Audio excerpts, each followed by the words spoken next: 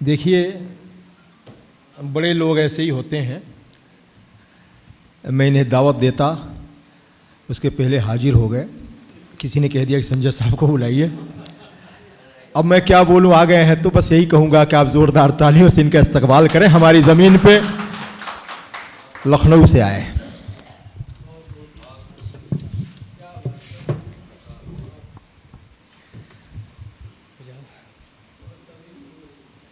क्या हुआ?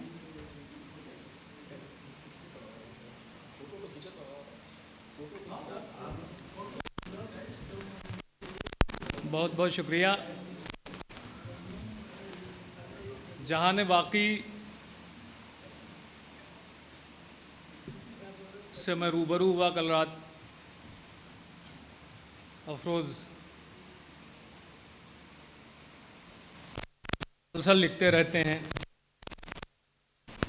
17 किताबें हो गई हैं, 2 आने वाली हैं। मुझसे अक्सर लोग पूछते हैं कि अफरोज़ ठेके पे लिखता है क्या? मैंने कहा नहीं, ये उर्दू का जो अदाई होता है वो आम आदमी से थोड़ा हट के होता है, और जो लोग हट के होते हैं वो हट के काम करना भी जानते हैं। बाकी का जहान बाकी उसी की तस्वीर है। जहान बाकी का मुतालिया जब मैंने किया तो मुझे ये कहने में कोई गुरेज नहीं है कि बाकी की शायरी अपील करती है, अपनी ओर खींचती है। इनके यहाँ सिर्फ गुलो बुलबुल के किस्से नहीं हैं, हालांकि के दौर में वही था, लेकिन जदीदियत के अंकुर भी इनके यहाँ फूटते हुए दिखाई पड़ते हैं। कई जगह तशना साहब ने अपने मजमून में उनके अशार का जिक्र किया। मैंने कुछ शेर नोट किए हैं, मैं जिक्र करूँगा, लेकिन मैं सबसे पहले एक शेर पढ़ना चाहता हूँ कि जो मेरा ख़्याल है कि हर शायर का मंशा रहता है। जहाँ भी गया हूँ ज़माने में बाकी,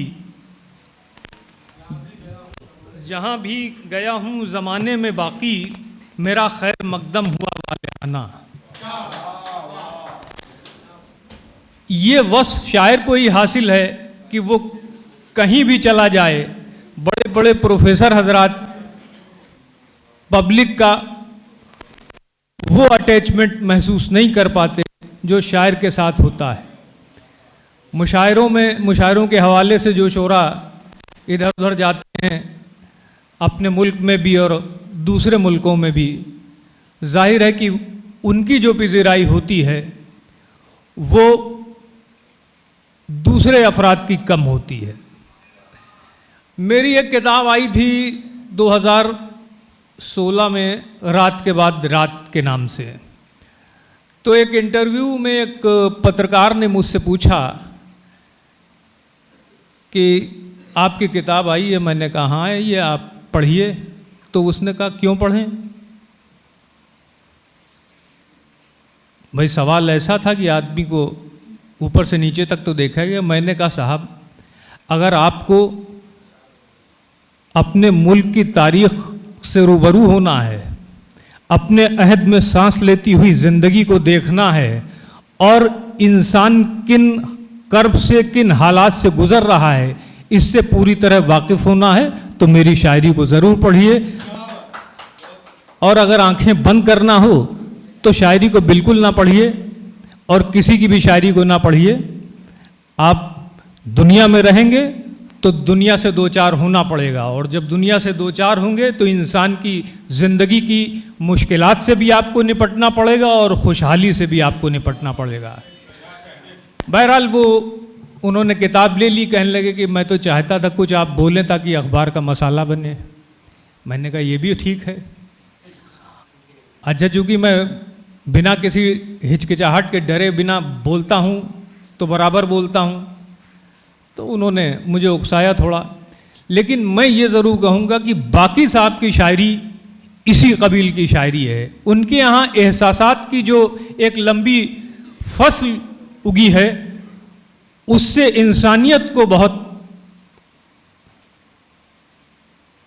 सबक लेने की भी ज़रूरत है, दर्स लेने की भी ज़रूरत है। और ये सबक आमेज शायरी इंसान को उस जहान में ले जाती है जहां वो दुनिया के तमाम चक्कर से हटकर, ये भी एक चक्कर है, लेकिन अगर इसके चक्कर में आदमी पड़ता है, वही हो रहे हैं लोग गर्मी में। असल में मोबाइल की दुनिया है और तमाम जो शागिर्दों की फहरिस्त है वो भी लंबी है, और कुछ ऐसे भी हैं कि जिनको मेरे को जो मानते हैं, कुछ बहुत से ऐसे भी हैं जो मेरे को नहीं मानते हैं, यानी जिक्र नहीं करते हैं। तो मैं तो उतनों ही को मानता हूं कि जो जिक्र करते हैं, वरना उस्ताद थोड़ी कहेगा कि जाके फलां साहब मेरा शागिर्द है। शागिर्द को बताना चाहिए। हमने तो पुराने ज़माने में यही देखा है। एक बड़ी बहस हुई थी हुस्न मतला को लेकर कि लोग आमतौर पे सेकंड मतले को हुस्न मतला कहते हैं, जबकि ये पूरी तरह गलत है। हुस्न मतला मतले के पहले वाला शेर होता है। इसकी बहस हमारे यहाँ उमर अंसारी और एक साहब रायबरेली के थे, अब तो दोनों लोग वफात पा गए हैं, कई महीने तक चली। हाँ, मक्ते के तौर पे आप मौजूद हैं और सबके लिए। हाँ, लेकिन ये रवायत कभी फलीभूत नहीं हो पाएगी, कामयाब नहीं हो सकती। कि मतला जो है मुखड़ा होता है, मुखड़ा अगर आपका सही नहीं होगा तो आप आगे की तरफ बढ़ेंगे नहीं हैं।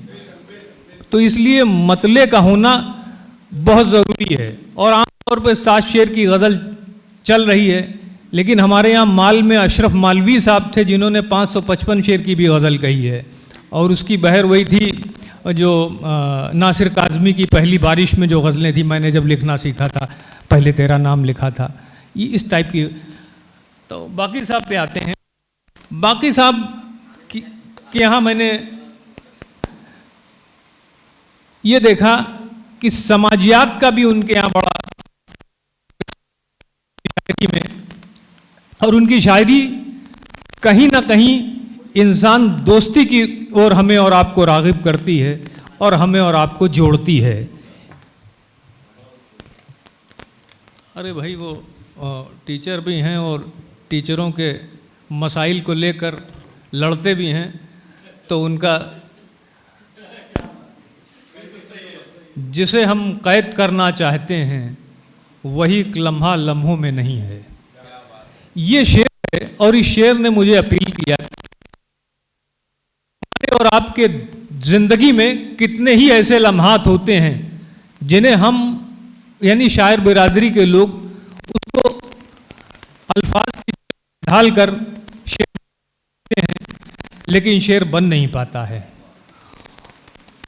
और वो एक टीस अधूरी रह जाती है। एक शेर और देखें, अब वो मख्फी रहेगा क्या बाकी, मैं तो हरफ़े खफ़ी भी जान गया, मैं तो हरफ़े खफ़ी भी जान गया। ये जो शायरी के रुमूज़ असरार को शायरी बना देना, ये एक काम है। अब ऐसे ही मैंने एक बार एक शेर कहा था कि उनको तो ये भी नहीं मालूम है काफ़िए में है कहाँ हरफ़े रवी। हमारे आजकल के जो शोरा मुशायरेबाज शोरा हैं, इनको बेचारों को 4-5 गज़लें हो गई। ऐसा नहीं, शायरी बहुत आसान है लेकिन बहुत मुश्किल है।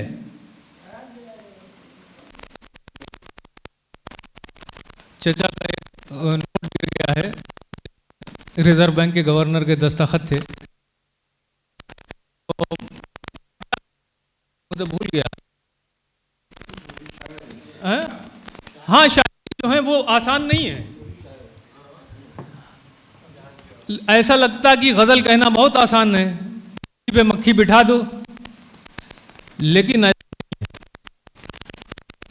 लोग आपने देखे होंगे कि जो आए और चले गए, लेकिन शिकेब जलाली का शेर आपको और हमें याद है कि जहाँ तलक भी ये सहरा दिखाई देता है, मेरी तरफ दिखाई देता है, न इतना तेज चले सरफिरी हवा से कहो, शजर पे एक ही पत्ता दिखाई देता है।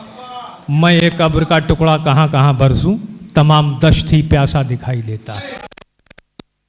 शायरी है ये, कभी मलबूस खुशनुमा है मगर खोखले हैं जिस्म, छिलके टंगे हुए हैं फलों की दुकान में। तो ये जो शायरी है ये हमें और आपको जोड़ती है। आपके यहाँ भी इस तरह के अशार देखने को मिल जाते हैं। बाकी रहता है उम्र भर बाकी वो जो बचपन का प्यार होता है। बचपन के दोस्त, बचपन की मोहब्बत कभी नहीं भूलती, और उसका जो एक कर्व रहता है वो हमेशा मौजूद रहता है। हम भी हैं मीर के कबीले से, हम भी हैं मीर के कबीले से, गम से हर शेर में असर आया। शायरी के लिए ये सब चीज़ें बहुत ज़रूरी हैं। और छोड़ छाड़ के मैं कुछ शेर और पढ़ के मैं बात ख़त्म कर दूंगा। बहुत जल्दी थी घर जाने की लेकिन मुझे फिर शाम रास्ते में पड़ी है। बहुत जल्दी थी घर जाने की लेकिन मुझे फिर शाम रास्ते में पड़ी है। निसाबे जिंदगी जिसमें लिखा है, किताबे दिल वो बस्ते में पड़ी है। इस तरह के शेर याद हो जाते हैं। वाली आसी ने एक बार ये शेर कहा था कि तू अगर इश्क में बर्बाद नहीं हो सकता, जा तुझे कोई सबक याद नहीं हो सकता। ये शेर उसी कबील का शेर है। मेरी आवाज़ तो मुमकिन है दबा दी जाए, मेरा लहजा कभी फरियाद नहीं हो सकता। तो इस तरह के शेर जाबजा देखने को मिलते हैं। वो सितम करके पशेमा नहीं होने वाला, सख्त काफिर है मुसलमान नहीं होने वाला। यहाँ मुसलमान होने की बात नहीं, यहाँ ये है कि वो राह रास्त पे नहीं आएगा, यानी अपने ईमान तक नहीं पहुँचेगा। शायर का, आशिक का ईमान क्या है? माशूक की दिलबरी करना। तो ये दोनों काम नहीं हो रहे हैं। बात सुनता नहीं कोई तेरे सौदाई की, इश्क में जैसे जरूरत नहीं गोयाई की।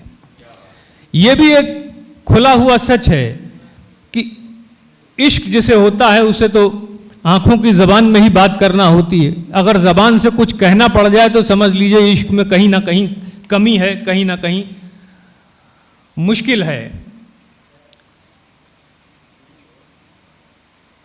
अच्छा, ये एक अलमिया है हमारे जी। किसी भी शोरा से पूछो, किसी भी शायर से बात करो, वो अपनी ज़िंदगी की तकलीफ़ें पहले बयान करता है और खुशहाली के जो मकामात हैं उनका जिक्र बहुत कम करता है। लेकिन ये ज़रूर है कि ज़िंदगी को आम इंसान की तरह गुजार देना शायर के लिए बहुत मुश्किल काम है। शेर यह है कि ज़िंदगी ने हमें गुजारा है, हमने कब ज़िंदगी गुजारी है। ये जो शेर है ये हमारी आप सबकी तकमील करता है, क्योंकि होता यही है, जब तक शायरी समझ में आती, ज़िंदगी समझ में आती है, तब तक हमारे यहाँ तशना आलमी थे, उनका शेर है कि ज़िंदगी जब समझ में आने लगी, मौत दरवाज़ा खटखटाने लगी। ज़िंदगी जो है वो जब तक खुलने लगती है, और जैसे ही खुलना शुरू होता है, जैसे एक एवरेज ग्रेड का आदमी मकान की जुस्तजू में हमेशा रहता है, ज़िंदगी भर मैं यही सोचा कि यह खूबसूरत घर बनाना चाहिए। तो जब वो घर बना लेता है किसी तरह, उसके बाद 4-6 बरस बस। तो ये जो सच्चाई है इससे हमें दो चार कराती है बाकी की शायरी। और बाकी साहब के यहाँ काफ़ी ऐसे शेर हैं जो पेश किए जा सकते हैं, मगर मैं 1-2 शेर पेश करके इजाज़त चाहूँगा। उसको 100 रंग की अब जलवागरी आई है, होश में रह के भी आशुफ्ता सरी आई है। नहीं, आशुफ्ता सर के लिए होश में रहना ज़रूरी नहीं है, लेकिन शायर ये कहता कि वो होश में है। जैसे माशूक बेवकूफ़ बनाता है ना, सामने अभी कीजिए, मोबाइल अभी आया था ना, मोबाइल पे आप कीजिए उसको कि कहाँ हो, सामने खड़ा होगा, सड़क पार करे, कहेगा हम फलां रेस्टोरेंट में बैठे हैं। हाँ, ये तजुर्बा ही है मेरा, इसमें कौन सी, जिस आदमी के हाथ पैर ठीक हैं, दिल सही से काम कर रहा है, किडनी सही से काम कर रही है, उसने अगर एक दो इश्क नहीं किए तो उसने क्या जिंदगी में किया है?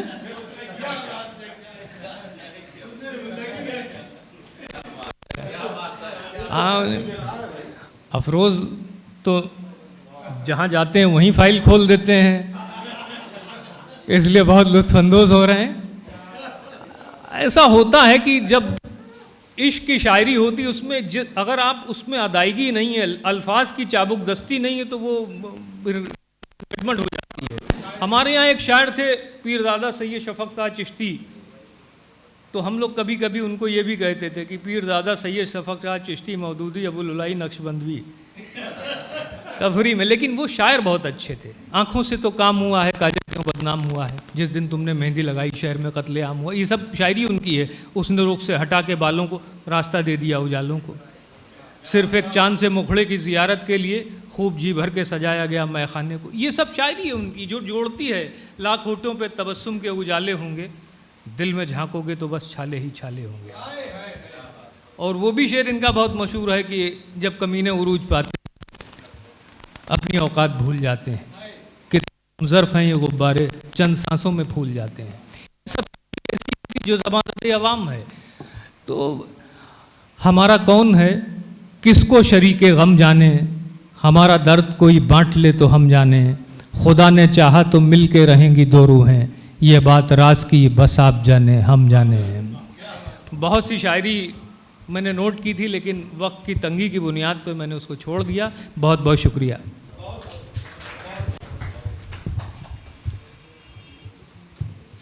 ये सर आपका शायद आप ही का है।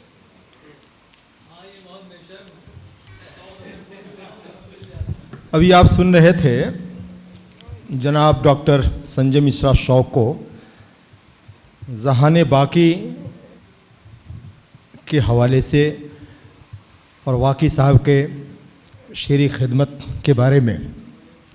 हम खुशनसीब हैं कि आज के दूसरे सेशन में बतौर शायर इनको सुनेंगे। मैं बताऊं कि लाल किले का मुशायरा, लाल किले का कवि सम्मेलन अपने यहाँ शायरों और कवियों के लिए एक ख्वाब जैसा होता है। 1 घंटे 25 मिनट लगातार शौक साहब को वहाँ सुना गया और उसी मुशायरे के बाद पूरी दुनिया ने इनको सुना।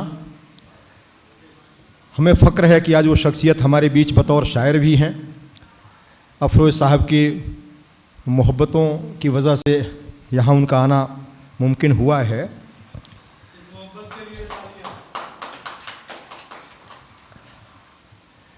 इनका एक शेर है कि बदन के खोल से हम भी निकल आए तो क्या हैरत, बदन के खोल से हम भी निकल आए तो क्या हैरत, बहुत दिन तक कोई पंछी किसी पिंजरे में रहता है। अभी ऐसे ऐसे शेर सुनेंगे हम इनके।